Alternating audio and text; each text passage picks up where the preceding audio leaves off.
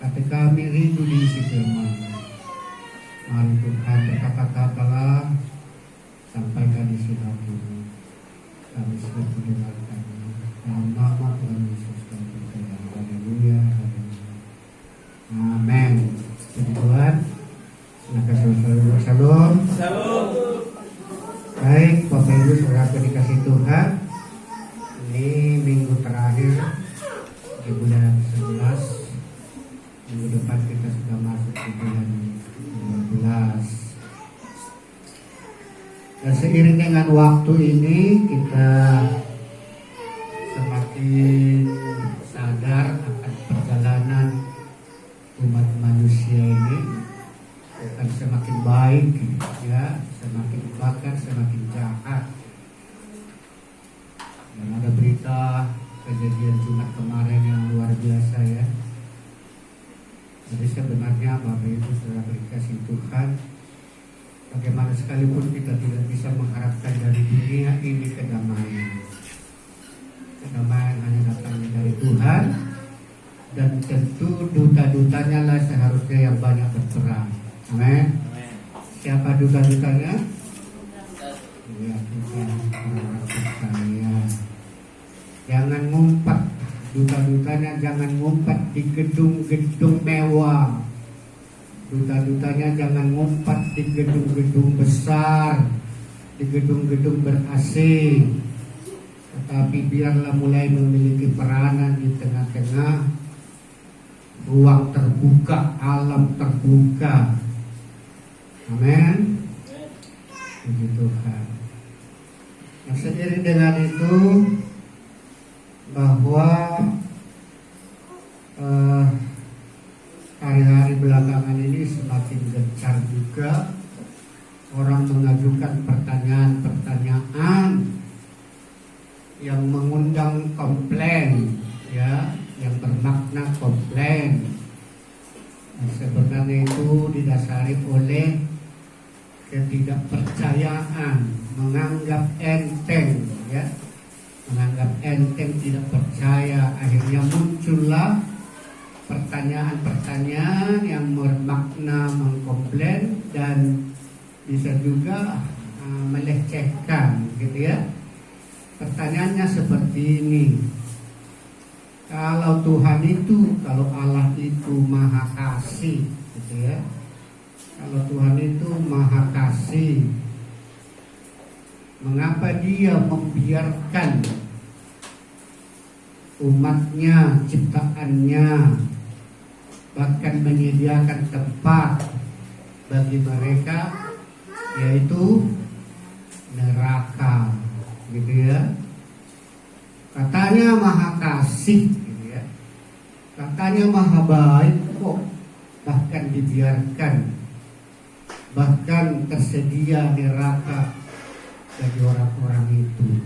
Di mana kebaikannya, di mana kasihnya? Ya saudaraku yang dikasih Tuhan,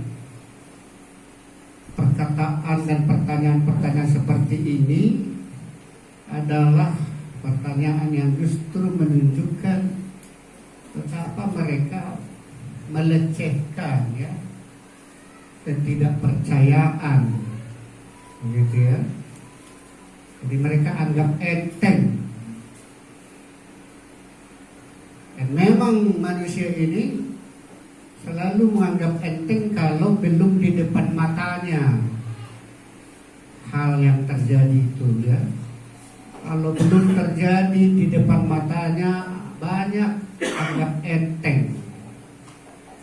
Tapi kalau sudah di depan matanya, baru kalang kabut. Sehingga saya sering berkata, kadang-kadang manusia ini banyak seperti masih bersifat hewan, ya, hanya bereaksi. Sebagaimana saya diberikan ilustrasi seperti rusa minum di tepi air, sementara di depan matanya dia sudah ada moncong buaya, tetapi dia tetap minum di situ, bukan mencari, menghindar, mencari yang lebih aman, tetap minum di situ. Tapi pada saat gubrak, baru dia melompat, ya. Nah, syukur-syukur kalau selama, ya. Jadi manusia ini banyak seperti itu. Termasuk juga dengan yang disebut sekarang ini COVID ini, ya. Tapi ya sebaliknya ada yang ketakutan berlebihan, ya, aneh, padahal kita diberikan pikiran yang cerdas. Dan berkenan dengan itu sama seperti halnya pertanyaan ini. Sesungguhnya mereka menganggap enteng. Mengapa saudara kasih Tuhan? Kalau orang yang sudah semakin mengenal kemahakuasaan Allah, percaya kepada Allah itu, percaya kemuliaan Allah, kebesaran Allah itu, maka dia menyadari siapa dirinya di depan Allah. Kenapa? Karena sesungguhnya dosa itu adalah hal yang serius, ya. Dosa itu adalah hal yang serius.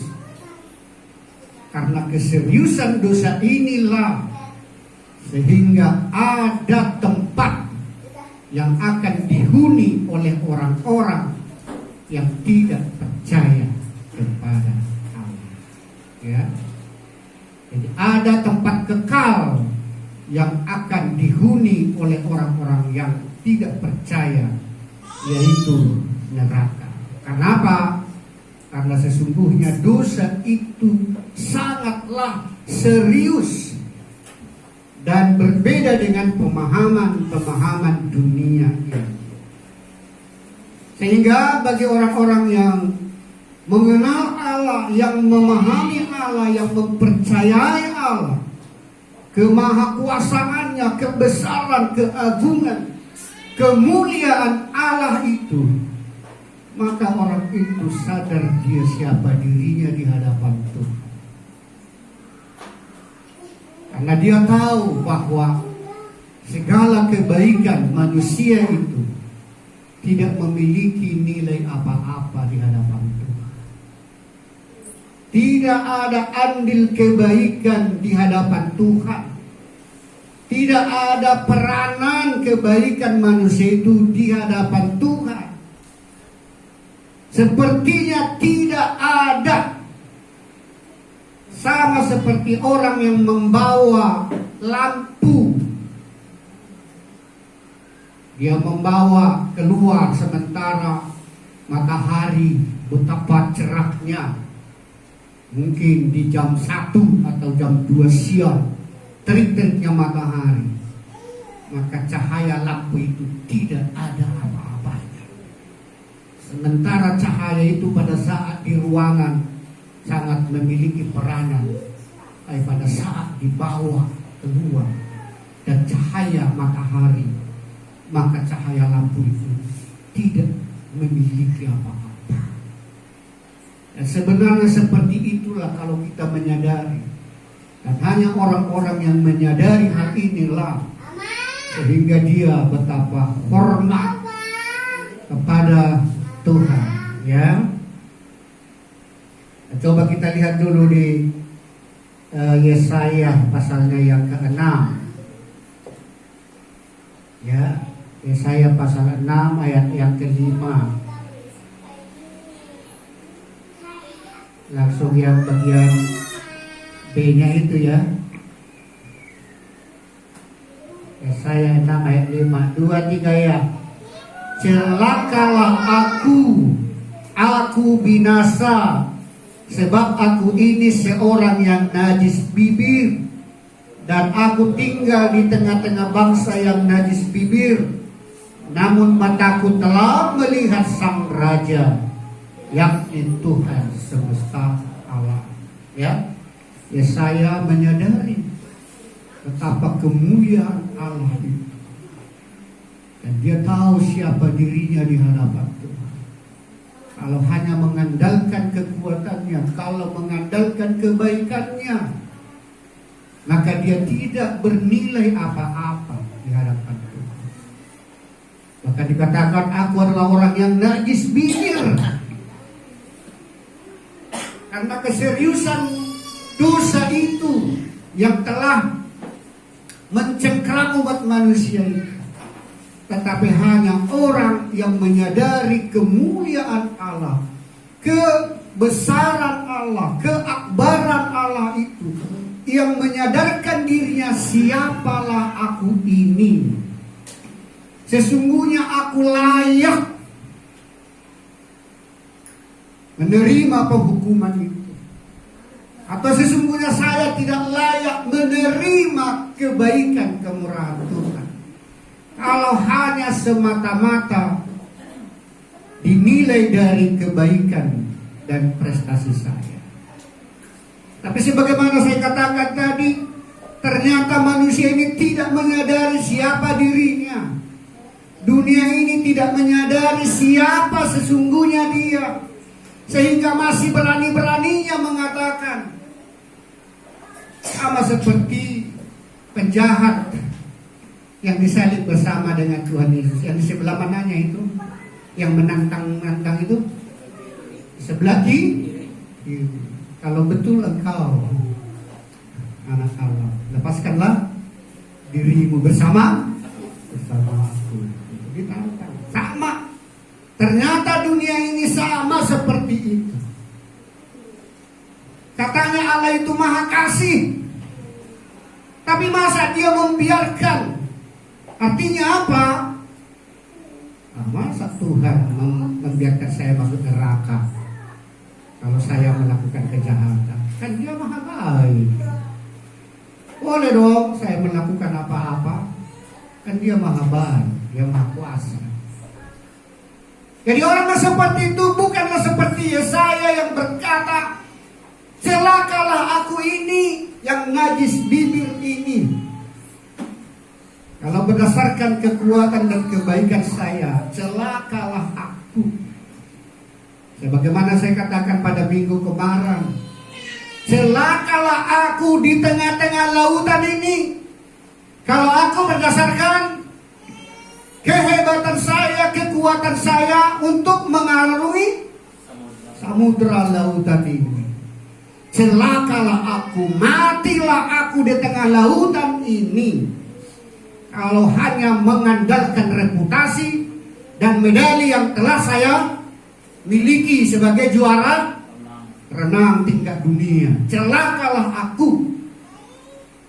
Bagi orang yang bagaimanakah yang mengatakan celakalah aku? Bagi orang yang mengetahui betapa luasnya samudra luas itu. Sudah di luar jangkauannya, sudah di luar kemampuannya. Tetapi orang yang bodoh masih bermain-main di situ. Kapal, ayo, udah, dadah, gitu. Ditinggallah dia. Tanpa disadarinya maka dia akan mati. Tetapi dia mungkin berpikir, masa dia maha baik, masa nggak diputar nanti kapalnya? Kalau saya sudah megap-megap, masa nggak datang menolong saya? Kira-kira ya, celakalah aku, kata Yesaya. Ternyata dosa itu betapa seriusnya. Dan orang yang tidak tahu betapa seriusnya dosa itu, maka mereka masih berusaha untuk mengatasinya. Mereka akan membuat metode-metode, membuat cara-cara, melakukan banyak hal, melakukan amal kebajikan, mengerjakan ini, mengerjakan itu. Karena dia kira masalah dosa itu hanyalah persoalan karakter, hanyalah persoalan perbuatan, apakah dia jahat atau baik, apakah banyaknya amal yang dilakukannya, apakah kejahatan yang dalam dilakukannya itu sebagai dosa. Padahal dosa itu adalah hal yang sangat serius, yaitu keterpisahan manusia dari Allah Sang Pencipta itu. Terpisah. Tidak ada lagi kebenaran ke sana. Ya, tidak ada lagi hubungan, tidak ada lagi interaksi. Itulah dosa. Kalau ibaratnya seperti orang yang sudah kehilangan penglihatan, kegelapanlah yang ada di dalam dirinya, maka dia akan menabrak ke sana, menabrak ke sini, menubruk dinding, menerjang apa saja, karena sudah tidak ada lagi penglihatannya. Jadi nabrak dinding, menerjang kursi adalah akibat sudah tidak ada lagi penglihatan.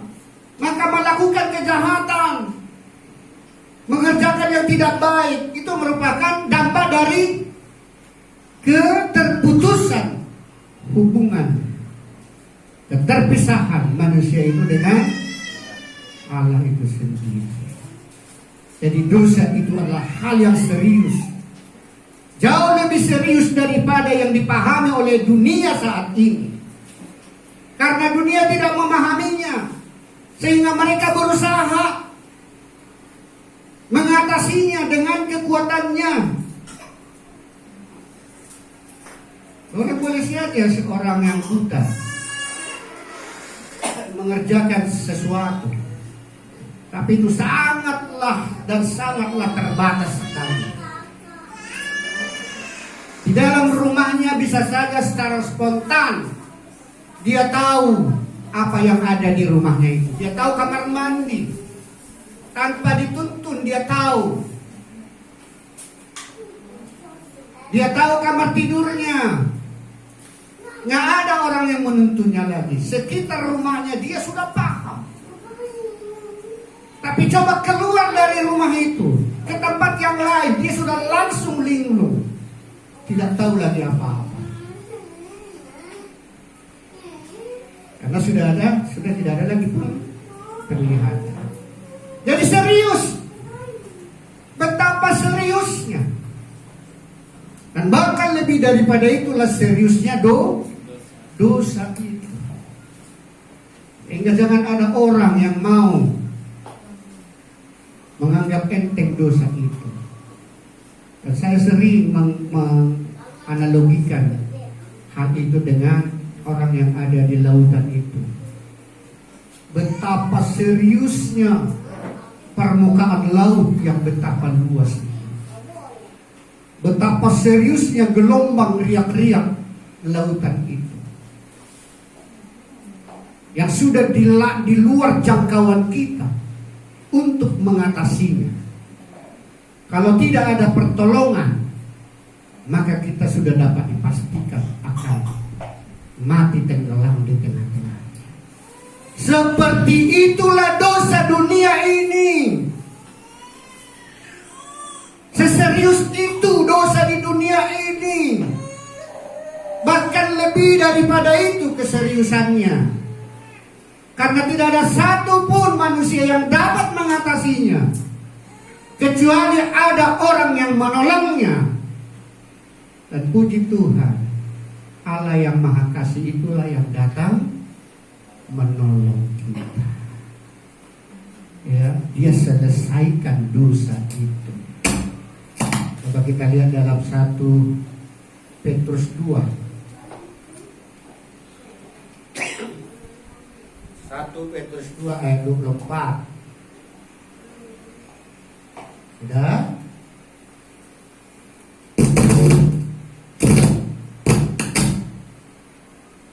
Dua tiga ya. Ia sendiri telah memikul dosa kita di dalam tubuhnya di kayu salib, supaya kita yang telah mati terhadap dosa hidup untuk kebenaran. Oleh bilur-bilurnya kamu telah sembuh. Jadi dialah yang datang untuk memikul. Jadi kalau diibaratkan di lautan yang tadi, kapal itulah yang memikul kita. Setelah kita naik di atas kapal itu, segala bebannya ditanggungnya, dipikul oleh kapal itu. Dan firman Tuhan berkata di sini bahwa dia sendirilah yang memikul semua dosa kita. Ya. Dan penyelamatan yang Yesus kerjakan bagi kita juga adalah hal yang serius. Bukan main-main. Bukan uji coba. Bukan setengah-setengah menolong.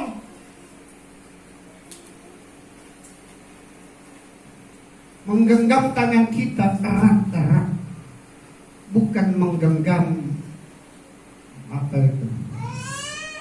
Kalau di bahasa daerah kami itu ada golong ria-ria. Ada yang tahu?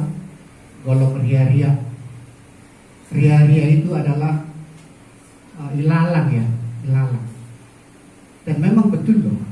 Coba cabut daun ilalang itu dengan genggaman yang seadanya, akan dilukai, kegesek, karena dia molos kan, ketarik. Ada itu bahasa di kampung kami. Jangan golong ria-ria, artinya jangan tanggung-tanggung. Kalau engkau mau menarik daun ilalang, tariklah, genggamlah sekencang-kencangnya, biar tanganmu tidak disayat oleh daunnya itu. Kalaupun tidak jadi kecabut, paling-paling daunnya yang putus, ya. Itu satu peribahasa yang bermakna tinggi ternyata. Jadi Allah tidak menolong saudara dengan seperti itu, tanggung-tanggung, setengah-setengah. Sebagaimana saya sering mengatakan, itu bukan DP. Amin. Seperti kredit, hanya uang mukanya yang diberikan. Tapi kalau dia memberikan satu sumbangan mobil atau rumah bagi saudara, maka akan diberikan adalah mobil yang sudah lunas, bahkan lengkap dengan surat-surat dan pajak-pajaknya. Sebab undian-undian itu kan sering dikatakan pajak tidak ditanggung, begitu ya. Walau memang mobil yang sudah lunas, tapi tetap pajak tidak ditanggung. Tapi ini pajaknya sudah langsung lunas. Oleh karena itu Kristen, sebagaimana kita pahami bahwa dosa itu serius, maka penyelamatan yang dikerjakan oleh Yesus pun serius. Amin. Kristen jangan menganggap keselamatan itu adalah keselamatan yang setengah-setengah, keselamatan yang main-main, keselamatan uji coba. Tapi adalah keselamatan yang sempurna, keselamatan yang total. Ya. Lalu banyak juga orang yang mentertawainya. Dunia ini mentertawai. Katanya maha kuasa. Tapi mengapa dia tidak melakukan kemahakuasaannya? Apa artinya? Mengapa tidak dia ciptakan, diperkatakan saja? Kalau dia menginginkan orang yang telah berdosa itu, dan dosa itu sangat serius, dan dia mengasihi umat itu, dan menginginkan umat itu supaya menerima keselamatan, mengapa tidak digunakan kemahakuasaannya untuk menyelamatkan orang itu? Betapa gampangnya. Kenapa sih tidak dikatakan, ya engkau sudah selamat? Mengapa dia harus mengalami betapa siksaan? Dirinya saja tidak bisa diselamatkan dari tiang gantungan itu, kok mengatakan mau menyelamatkan umat manusia? Dirinya saja pun tidak bisa dilepaskan dari tiang gantungan itu. Bagaimana dia bisa menyelamatkan umat manusia? Dan bagaimana dia adalah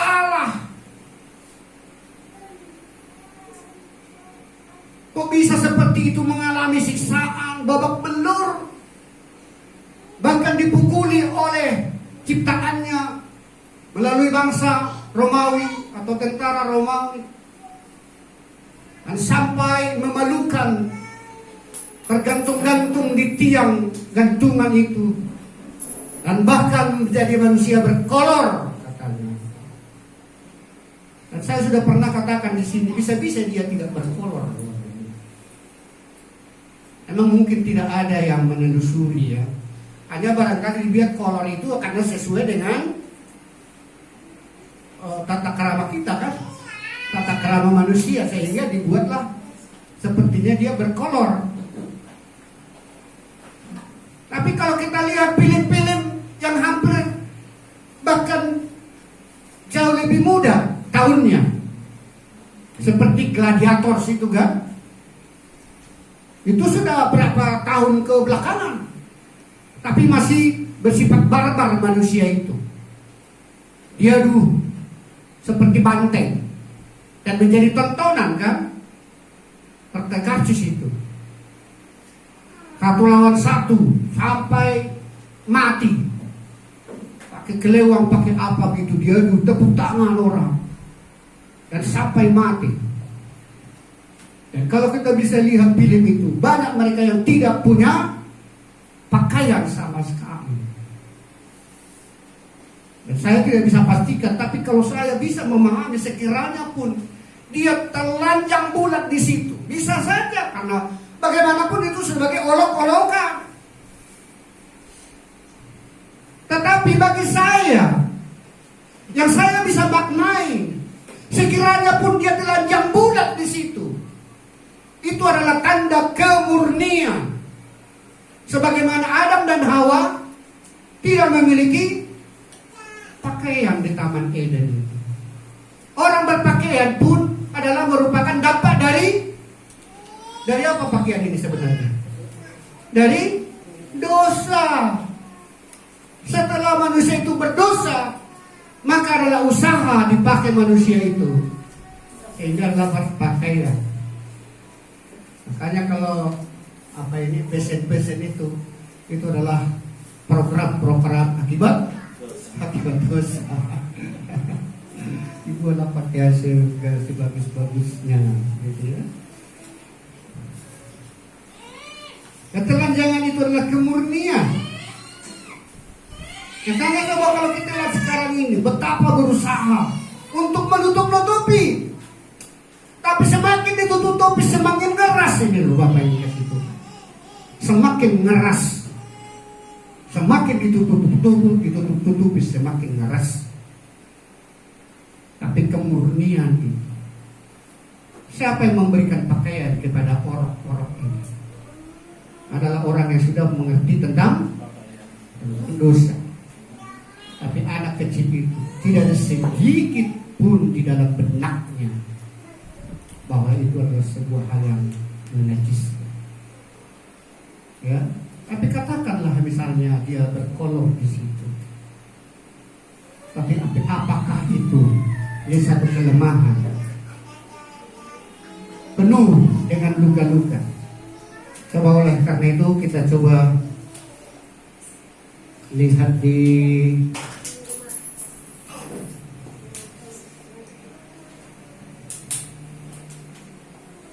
dalam Yesaya itu ya. Apa dikatakan dalam Yesaya itu? Dia tertikam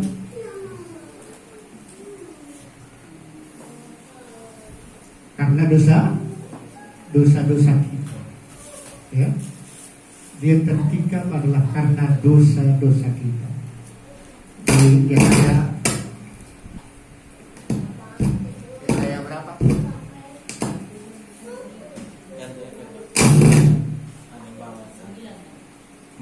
Ya, coba dicari dulu Yesaya 40 atau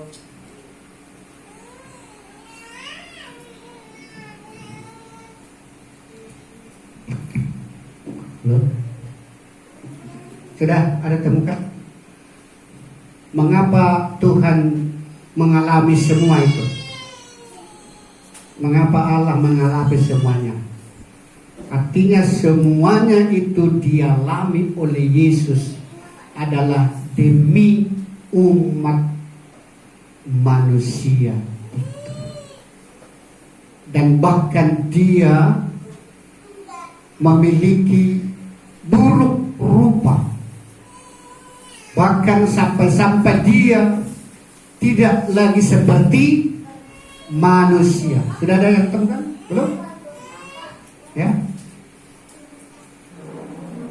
Paling jelek. Dan ada orang mengatakan bahwa the person of Christ itu tidak seberapa.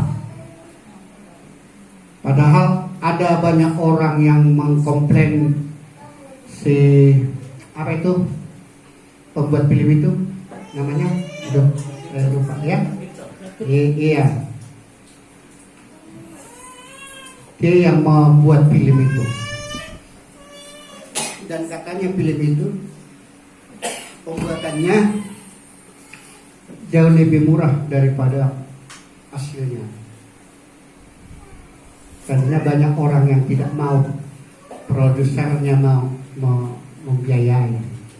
Akhirnya dia sendiri yang bayar. Tapi ternyata meledak. Ya.